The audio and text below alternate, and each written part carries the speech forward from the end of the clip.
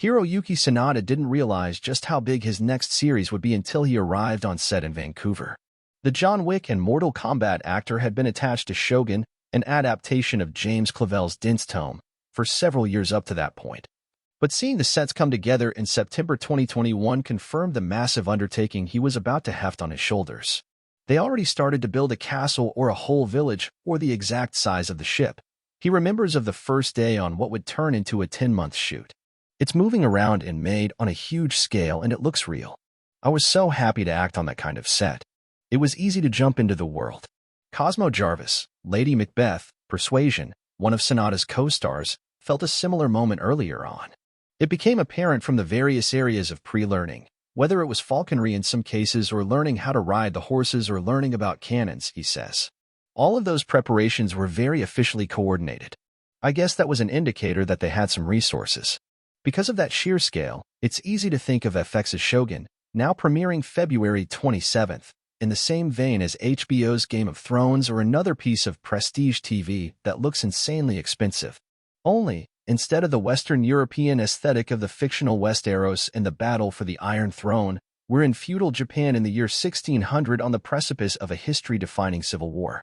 There's still similar flavors of courtroom intrigue between backroom power plays and shady alliances forged, but to series creators Rachel Kondo and Justin Marks, that all came about naturally from the adaptation process.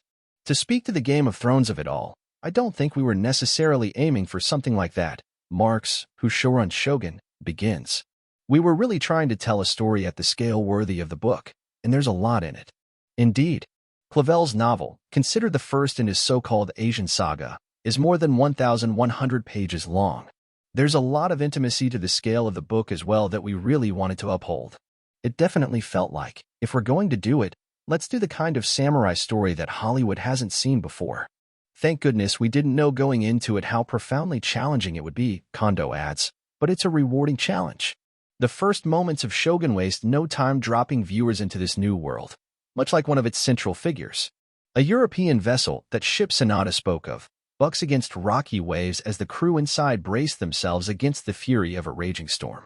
When the skies clear, John Blackthorne Jarvis, the ship's pilot, finds himself marooned in a Japanese fishing village, making him the first Englishman to land on the East Asian country, which isn't necessarily a good thing. Unable to speak the language, he's taken by local samurai and unjustly branded a pirate, thanks to a Jesuit priest purposefully orchestrating the situation as his translator. The Portuguese arrived in Japan years prior, establishing secret bases of operation and manipulating the lords of the land while spreading the Catholic faith. Blackthorne, an English Protestant, is immediately seen as the Catholic's enemy, hence the Jesuit priest's misleading translation. Fortunately, Blackthorne finds salvation in one particular lord before losing his head. Lord Yoshii Toranaga Sanada is currently fighting for his life in Osaka. The other leaders on the Council of Regents are uniting against him, chief among his adversaries being Ishido Kazunari, Takahiro Hira. If they successfully oust him, it would mean the death of him and his family.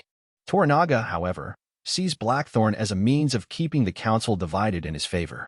He appoints a new translator, Lady Tota Mariko Anasawai, a noblewoman constantly reconciling her Catholic faith and her duty to her late father. In that moment, the information Blackthorne reveals becomes crucial not only to Toranaga's current predicament, but to the future of Japan itself. Sanada admits he came to Shōgun with practical knowledge about this particular period of Japan's history. Toranaga is a fictionalized version of Tokugawa Ieyasu, the founder and first shogun of the Tokugawa shogunate. I played the real Ieyasu role once in Japan, the actor says, referring to the 1989 Japanese film Oda Nobunaga. He also played Ishida Mitsunari, the historical figure who inspired Ishido on Shōgun, twice, in 1988's Tokugawa Ieyasu and 1990's IXS Hideyoshi. And then I played so many other samurai characters in this period, he adds. Boy, does he have a laundry list, Marx says of Sanada's decades of film, theater, and TV work. It's that lengthy and varied laundry list of roles that compelled the creators to offer Sanada a producer title on the series. The actor's past work runs the gamut, from 2002's Oscar-nominated film from Japan The Twilight Samurai, an example of an authentic samurai story, to 2003's Tom Cruise-led The Last Samurai, which is often used as an example of a white protagonist telling stories about Asia. Ultimately, Both Marx and Kondo believe the story of Shōgun is a story about agency. It's a story about how we find control over our destiny in situations where we ultimately have to acknowledge how little control we have. Marx muses.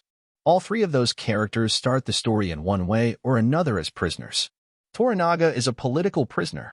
Mariko is a prisoner of gender, faith, marriage, her past, and then Blackthorn is a literal prisoner when he shows up on these shores.